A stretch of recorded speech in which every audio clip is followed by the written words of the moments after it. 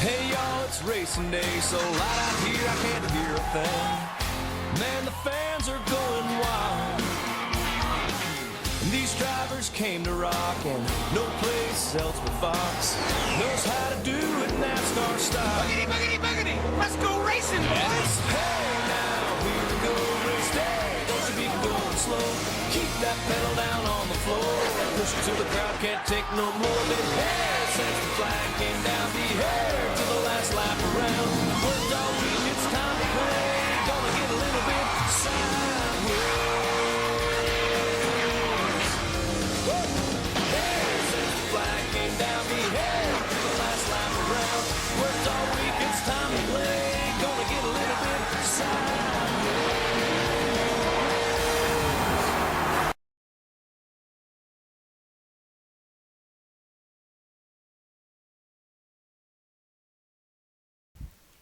What's up, race fans? It's Randy Orton Fan 2011 back here once again for round 10 in the NNSCRA Mountain Dew Whiteout Bros versus Host Series. We are here in Ottawa Speedway. It's going to be another short track, surprisingly another short track. Joining me here in the broadcast booth is Silver Machine 9000, aka Anthony McCurry. How are you doing? I'm doing pretty good, Kevin, and thank you for having me here. I can't wait to see what these cars can do, and I can't wait to see if the Bros of the Hose are going to win, so can't wait. All right. Well, Anthony, give me your analysis on a track like this. This is a short track. This is considered a short track, but it has some high banking on the turns. Do you feel that this track has some resemblance to a real-life NASCAR track?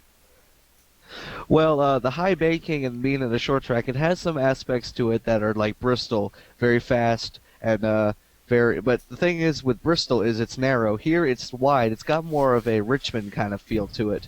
So it has the aspects of Bristol, and it's also got the aspects of a track like Richmond. All right.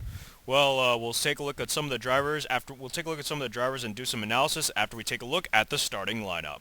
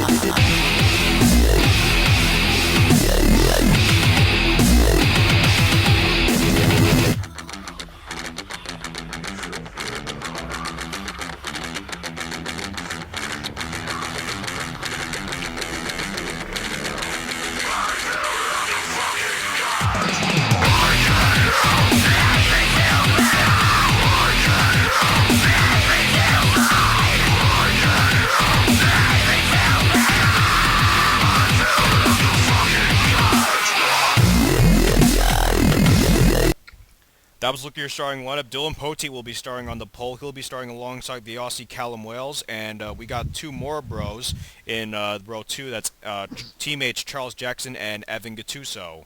Our overall points leader Aaron Williams will be starting not too far from the front. He'll be starting 7th. Our host points leader Red Bell, she's going to be starting well in the back of the pack. She's going to be starting dead last. She didn't do pretty good at qualifying, but we'll see if Red Bell can come away with something big here. Hey Anthony, give me your prediction. At a track with the characteristics of Richmond and Bristol combined, who do you think would win in a track like this? Well, it all depends on what the driver's style of racing is. Now, we've obviously seen how well that some of these drivers, for example, Dylan Poteet, he doesn't really do very well on how can I explain it? He doesn't really do well on tracks like Bristol, but if you throw an element into this, like with the length that we have here is longer than Bristol, I think he could do really good. I mean, he qualified the pole. Other drivers, however, such as, I'm going to pull one out, Trent Dunham, who does horrible at super speedways, but he says that he really likes short tracks. I think that he would also do really well. So it all depends on what your driving style is. Well, we'll see what happens here. I'm gonna go with a surprise pick right here. I'm gonna see if one of the hoes could possibly have a good chance at this, but I'm going to go DeMarcus Brown on this one because DeMarcus Brown, he's a young up-and-coming driver. He may be starting on the outside line, but I got a feeling DeMarcus might have something up his sleeve here.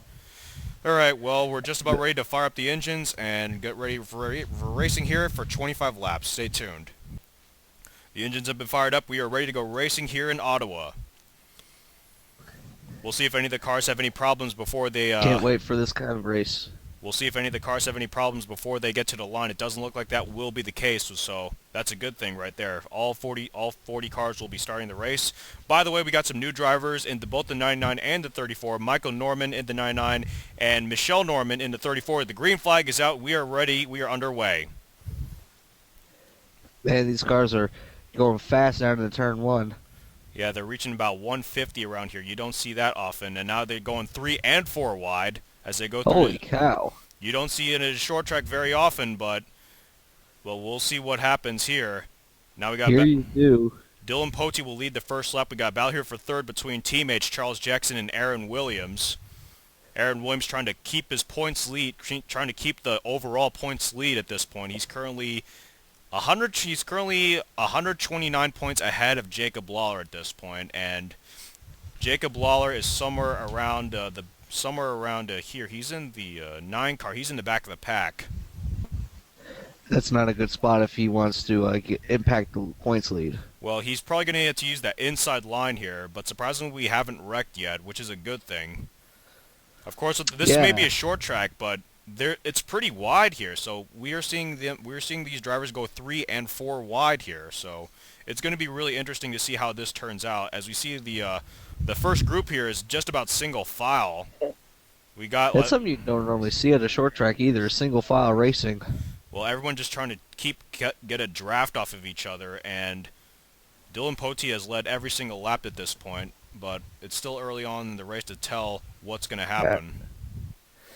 Just because you lead the most laps doesn't mean that you're going to lead the final lap. Uh-oh. Bianca Roberts just fell off the face of the earth right there. She is slow.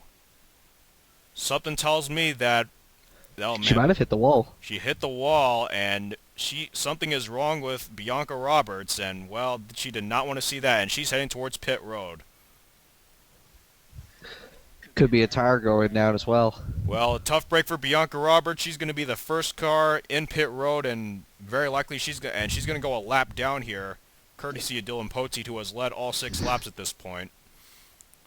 We saw a lot of pack racing going on, but now everyone has pretty much single file now, which is the one thing I didn't want to Everyone's see. found their racing groove. Well, apparently I didn't want to see this because I wanted to see some more action, but the good news is we won't see any of those big-ass wrecks. But that is a fact. But the question is, will Bianca Roberts, if she does come back out on the track, will she play a factor in this? And she is. Slower car always plays a factor in a race like this, especially if it's on a fast track, which this is a fast track. Well, we'll see if Bianca Roberts does play a factor. She just got out of pit road here, and these guys and the leaders might end up seeing her later on in the race. The one thing Bianca Roberts has to do is to get up to the high line, because everyone seems like they're going on the low line, so stay up on the high line and you're not going to be involved in anything. Well, she's probably going to have to wait for this, because she is a much slower car, as you can tell. She's 167 at the line. Dylan Pote reaches the line with a 179, so she is much slower than the rest of these cars. It's almost too slow. Everyone's pretty much single file now. It doesn't look like there's much passing going on, except around here. A battle for, I think, the 14th position between Jake Rogers and Richard Johnson. Yeah. Well, now here... Looks like them.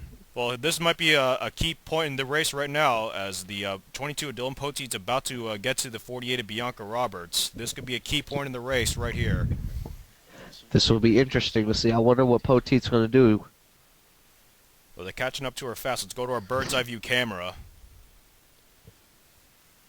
Let's take a look at the lap times here. Bianca Roberts ran a 21.145. Dylan Pote ran a 25.55. So Dylan Pote almost 9/10 of a second faster than Bianca Roberts right now. That is a very big. That's a very big margin, especially on a track like this. Well, I didn't think it would come to this, but everyone is now single file.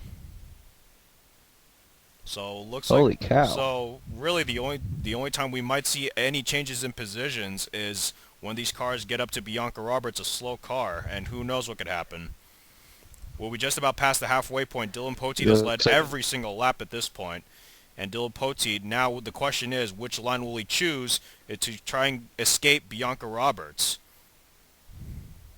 Looks like he was looking down to the low line, but he think better of it.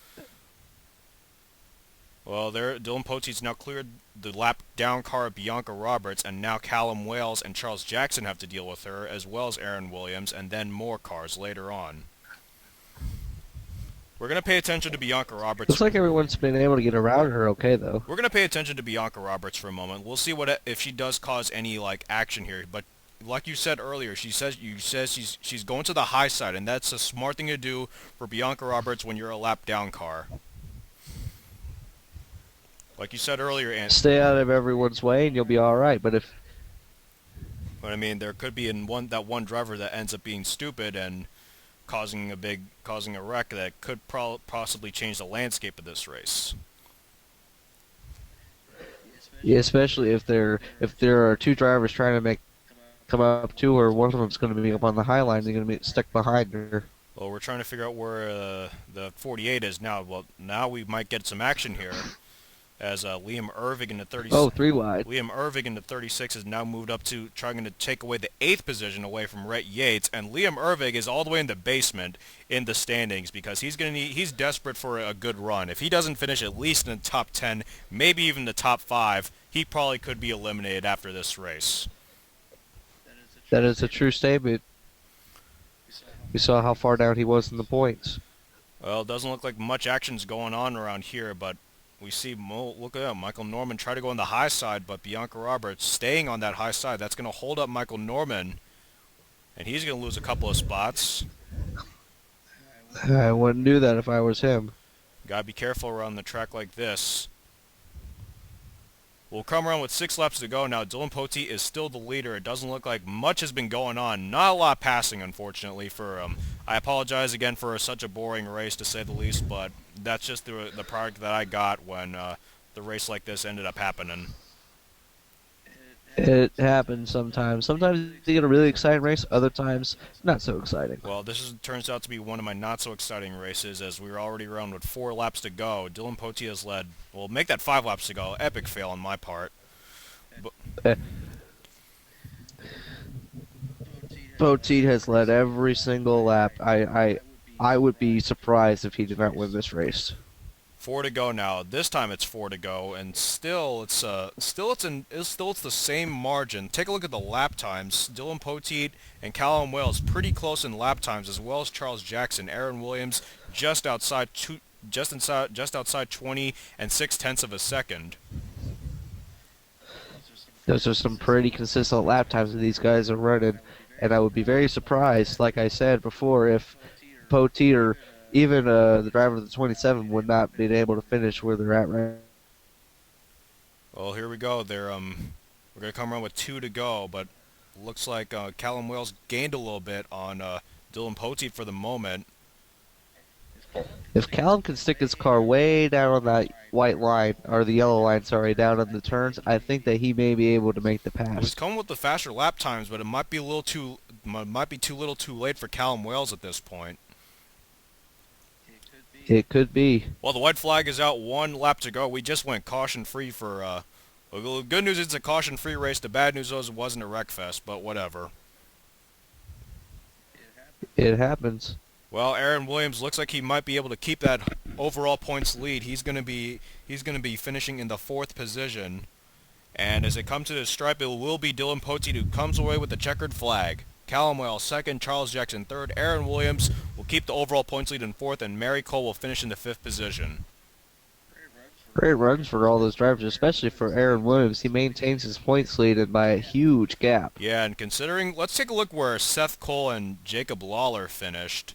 Seth Cole ended up 18th. Jacob Lawler ended up well in the back of the pack in 34th. So, a huge point swing right there. A huge point swing. He is definitely not within the championship hunt right now. Well, it looks like if Aaron Williams does get enough of points here, we'll see we'll see how many how much he can how much he will gain on the rest of the field or pull away as we take a look at the rest of the finishing results. Here's a look at your official race results. Congratulations to Dylan Poteet. That's his first win of the season here in the NNSCRA Mountain Dew Whiteout Bros vs. Host Series. Callum Wales, Charles Jackson make up the podium. Aaron Williams and Mary Cole finish 4th and 5th. 6th through 10th are Evan Gattuso, Amy Roma, Liam Ervig, Rhett Yates, and Dylan Young. Go through 11th through 20th now. Aaron Bauman, Cassie Runyons, Michael Norman, Richard Johnson, Jake Rogers, Derek Henderson, DeMarcus Brown, Seth Cole, Sue McKenzie, and Wendy Gattuso. 21st through 30th are Sophie Dillon, Violet Fox, Maria Martinez, Tony Blazer, Maya Clark, Catherine Young, Trent Dunham, Red Bell, James McLeod, and Christine Wynn. And the bottom 10, Barney Ward, Caitlin Skipper, Haley Hamilton, Jacob Lawler, Courtney Jackson, Lisa Well, Michelle Norman, Ben Paul, Sasha Johnson, and Bianca Roberts. Bianca's the only car that finished outside of the lead lap. Yeah, and it was all because that problem that happened early in the race. Which is still unexplained. And before I forget, now it's official. Well, it looks like a bunch of drivers might end up at least for this point, I think Aaron Williams might end up securing his spot in the final race of the season with a 4th place finish. That's 170 points right there for Aaron Williams. That is a big margin for the others to try and catch up. And I think at this point, if I consider where Seth Cole finished, he finished 18th. I'm trying to figure out how many points that is. That is 72 points, so almost 100-point swing. Almost 100 points that Aaron Williams gains on the rest of the field, and very likely he could pretty much leave here with the Bros Championship. Very possible. For Jacob Lawler, he didn't do so well. He ended up 34th, and that is 12 points. A very poor race for Jacob Lawler. And I bet you there's a bunch of drivers that deserved a better finish, but for Dylan Poteet, I think he might have also secured his spot in the final race of the season. That he definitely has. I mean, that is just such a, how should I put it? It's a pretty big points gap between Aaron Williams and the rest of the field. Well, Anthony, I'm glad you were able to do this co-commentary with me. I thank you very much, and I'm looking forward to the next time we do this co-commentary for my series. Thank you for having me. I really enjoyed it. All right, guys, though, that's it. This is Randy Orton, Fan 2011, signing off. I'm out.